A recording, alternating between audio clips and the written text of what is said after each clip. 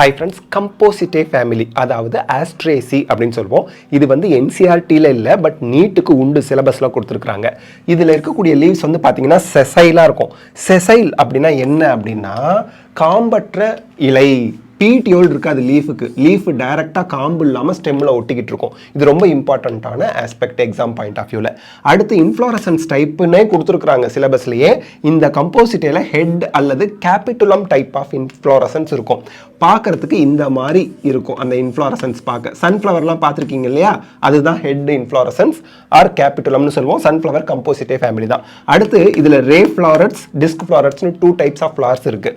ரே ஃப்ளாரட்ஸ்னு இந்த எல்லோ கலரில் நீட்டிக்கிட்டு இருக்குது இல்லைங்களா சன்ஃப்ளவரில், அந்த ரேஸ் மாதிரி, அதுதான் நமக்கு ரே ஃப்ளாரட் அப்படிம்போம். இந்த நடு பகுதியில் வட்டமாக இந்த மாதிரி இருக்கும், அது மாதிரி இருக்கிறது வந்து டிஸ்க் ஃப்ளாரட்ஸ் அப்படிம்போம்.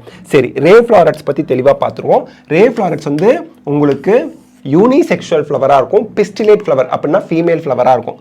ஜைகோமார்பிக் ஃப்ளவராக இருக்கும் அப்படின்னா இரு பக்க சமச்சீர். ஒரு பர்டிகுலர் பிளேனில் கட் பண்ணால் 2½ வரும், அனிமல்ஸ் மாதிரி. எங்கேருந்து கட் பண்ணாலும் 2½ வருமானா வராது, ஞாபகம் வச்சுக்கணும். எபிகைனஸ் ஃப்ளவர்னா இன்ஃபீரியர் ஓவரியோட இருக்கு. ஓவரி கீழே இருக்கும், ஓவரிக்கு மேலே தான் கேலிக்ஸ் கொரல்லா இருக்கும். அதான் எபிகைனஸ் ஃப்ளவர், இன்ஃபீரியர் ஓவரி.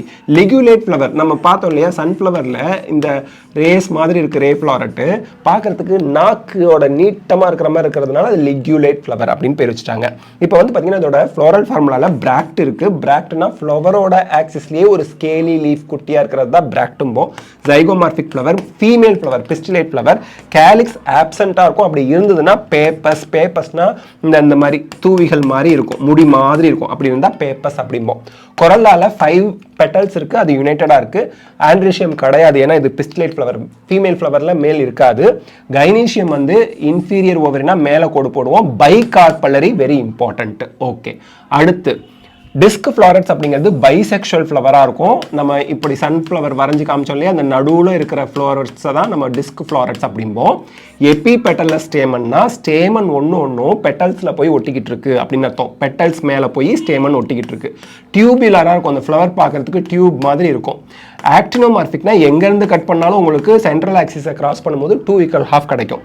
பிராக்ட் இருக்கு. Actinomorphic flower bisexual. கேலிக்ஸ் பேப்பஸாக இருக்குது. Corolla 5 petals united. Androecium 5 stamen, ஒவ்வொரு ஸ்டேமனும் பெட்டலில் போய் ஒட்டிக்கிட்டு இருக்குது. Gynoecium inferior, bicarpellary. இதெல்லாம் ஞாபகம் வச்சுக்கணும். நெக்ஸ்ட் பார்ட்டில் எக்கனாமிக் இம்பார்ட்டன்ஸ் பார்க்கலாம். தேங்க்யூ.